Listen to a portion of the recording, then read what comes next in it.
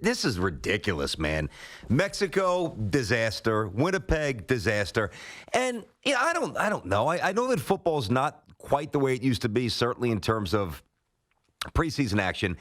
But this is a very odd quote from John Gruden. I'm obviously referencing the 80-yard field that the Raiders and the Packers were forced to play on last night because some dope forgot that when you actually pull goalposts out of the ground, I don't know, they leave a pretty big mark. So it was, if you don't know by now, you're not a football fan. But it was crazy. It was just a weird setup, strange configuration of the field. It is what it is. But Gruden said this. He said, it's not going to change the evaluation other than we didn't get some kickoffs or some opportunities in special teams. I don't know. I mean, my brain's pretty conditioned. Isn't that like when the 53rd man kind of makes the team? We like Spear, he's just like a kamikaze down on special teams and crushes somebody. And he's got a little positional versatility, backup tight end, nickel corner, safety, whatever it might be. That makes no sense. So aside from the fact that quite literally, somebody's livelihood may have been impacted last night. This is disgraceful. And I'm going to put this on the fans at this point. I'm going to actually turn to you because the easy thing, and everybody's done this today, is to get on the air and, lament and bellyache about this horrendous summer setup that we're all forced to watch, and nobody plays. There's no real continuity. It's a truncated offseason. We talk about this all the time. And the culprits are the obvious ones. It's the NFL. But you know who's complicit at this point? That's you, the dopey fans. Dopey fans. Again, a million years ago, but when I had Jet season tickets, I had to pay for the summer games, for the two exhibition games at home, right? And, I did so willingly because it was, I'm going to tailgate. I'm going to see some buddies I haven't seen in a while. It's a good chance to assess some of the draft picks and some of the offseason additions, and football's football, and it's at least a reasonable approximation of what my team is going to look like on some level once Labor Day is gone and the season starts.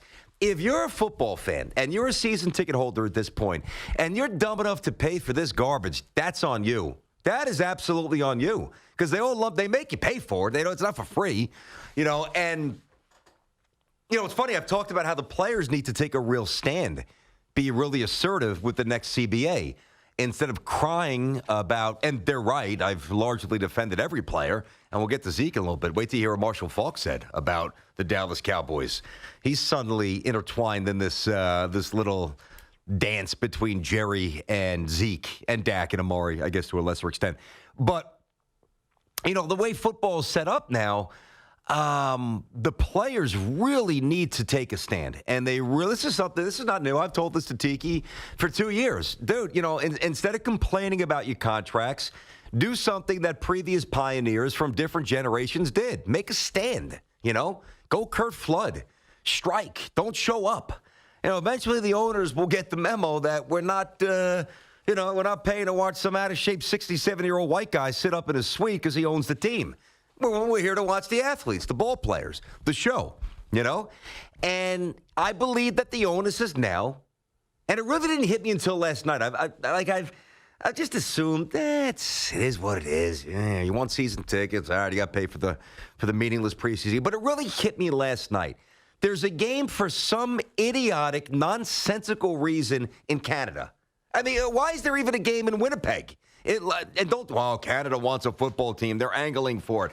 Trust me, I know that. I know. And by the way, I wouldn't be opposed to that. That might actually be more than viable, far more viable than some other NFL markets, which are or have been a little depressed for a while now. Tampa Bay's always scuffling to sell out seats, always.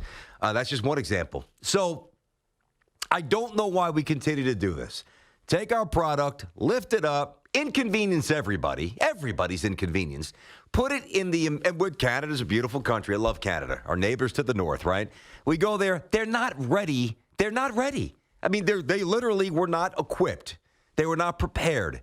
They were not able to host the event the way they were supposed to host it. So now what I do is I don't give them anything back. And if I'm you get no one plays. Nobody plays. Oh, my God. Nobody. But there was at least a point where you could get jazzed up. And this was the week, the third week. Oh, my guys are going to play definitely to halftime. If it's, like a young ascending team or a new coach, or there's some real deep positional battles, especially quarterback battle. All right, my boys are going to make it, a couple of series into the third quarter. What are we watching? It's a waste of time. This is just dumb. This is empty. This is hollow. This really is nonsensical. And if you keep paying for this, I don't know what else to tell you except that you're a dope and you're getting taken advantage of. At some point, you got to resist this, I'm telling you, there's already been an appreciable, and we know the reasons why. Home theaters, home experiences, the red zone, gambling, fantasy, etc. And, in defense of these stadiums, many of them have gone out of their way. They've acknowledged that, this is going to be a ghost town pretty soon if we don't significantly enhance the game day experience. And a lot of them have spent money and they brought in the reinforcements to make sure that the game day experience is such that you do not feel as if when you walk out of that stadium, you don't know what's going around the league. Well, I mean, you have your phone, but in terms of highlights and scores and did you win money? Did you lose money? Which team? I mean, you got to know what's going on. It's football. We need to know everything from A to Z. I can have no interruptions on football Sunday. Multiple TVs, red zone, multiple laptops. Fantasy teams, which teams do I have money on? What's going on? I mean, that's how we all watch football. And if you stop showing up, maybe they will acquiesce or maybe they will meet you somewhere in the middle. You know what? This really is just a horrendous proposition. It's such a one-sided business proposition at this point that in good faith, just like for the authenticity of the product, we cannot allow you. We cannot, we can't reach into your wallet and screw you as much as we are screwing you now. We've got to at least package it up a little bit and pretend to fool you. So, you know what? We'll still screw you, but only 50%. Preseason games, half off. Who the hell pays for this? Who pays for this? Now, if you've noticed, I have not said, nor will I say, who goes to this. Because I'm very aware that, because I did this a lot with my tickets. I would go 8 home games, obviously.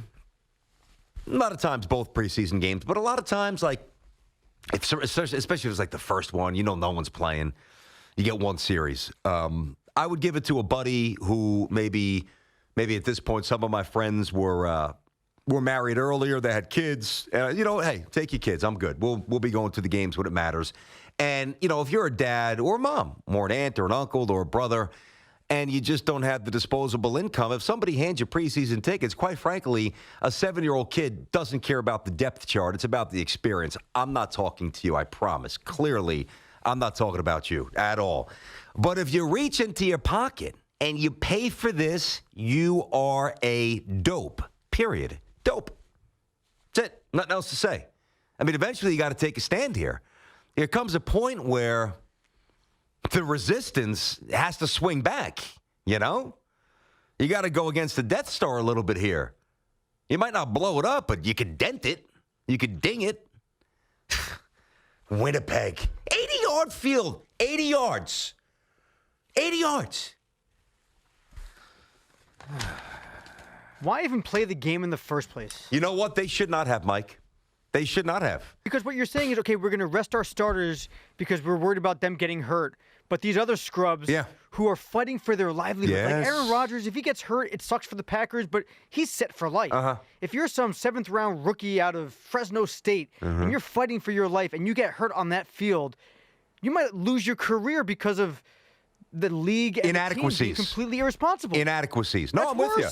Listen, Mike, the sport is brutal enough where when 245 bodies smash into 263-pound bodies.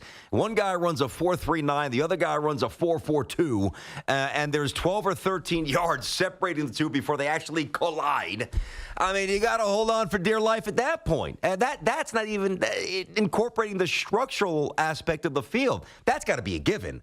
Like, that can't be a variable that is occasionally met or most times met. That is non-negotiable. The field's got to be right. If it ain't right, we're leaving. Back on the bus. We're not playing. Period. I don't care about broadcast rights. I don't care about what you have committed. I don't care about who's in the luxury suite. I don't care about how much Canada gave us or Mexico gave. It doesn't matter. We're not playing. We're going on the bus. Goodbye.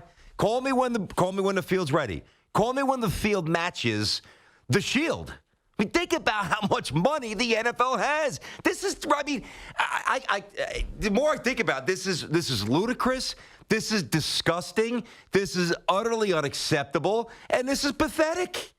How the hell do you make all this money and not have every little minutia, every little detail buttoned up? How?